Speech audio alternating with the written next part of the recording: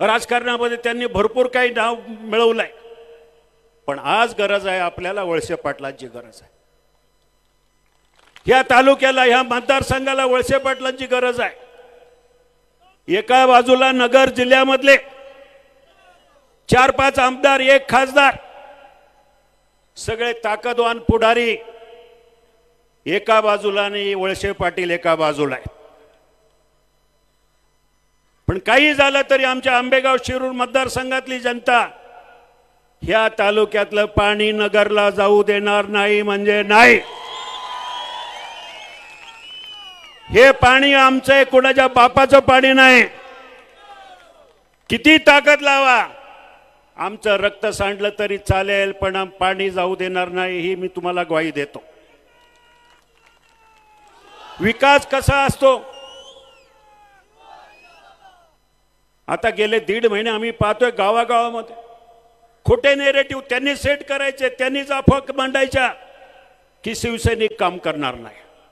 मला सुद्धा बरेचसे लोक फोन करतात, दादा ह्या राष्ट्रवादीवाल्यांनी आपलं काम नाही केलं, तुम्हाला पाडला तर आम्ही त्यांचं काम नाही करणार. पण मी आपल्याला आवर्जून सांगतो, माझ्या सगळ्या सहकार्यांना मी या सभेच्या निमित्तानं जाहीर नम्र अभिवादन करतो. वळसे पाटील ज्या वेळेला अपघातानं आजारी पडले, त्यांचं ऑपरेशन झालं, त्यावेळेला मी स्वतः डोळ्यानं पाहिलं.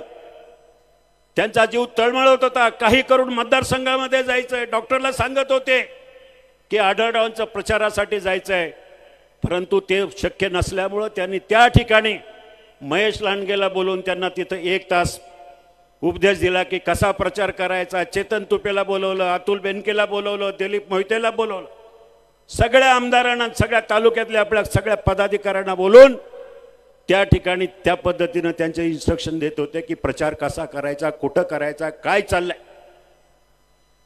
आणि म्हणून मी आपल्याला सांगतो, माझा पराभव झाला हरकत नाही, पण माझ्या दृष्टीनं मला एक गोष्ट सगळ्यांना सांगायचं, माझ्या सगळ्या शिवसैनिकांना मी सांगत असतो,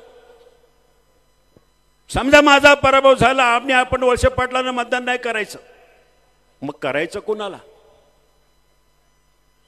करायचं कोणाला? धांगडधिंगा घालणाऱ्या ह्या गावगुंडांना मतदान करायचं का? यांना नुसती भाषणं करायला जमतात.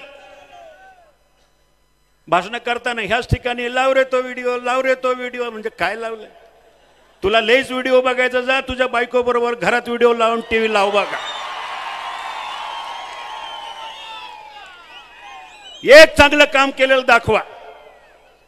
म्हणे मी मार्केट कमिटीमध्ये हे केलं, कारखान्यात ते केलं, सगळं काही केलं ते वळसे पाटलांनी केलं. त्यांच्या मार्गदर्शनाखाली मार्केट कमिटी असेल, कारखाना असेल, तालुक्याचा विकास असेल, त्या पद्धतीने काम चालू आहे.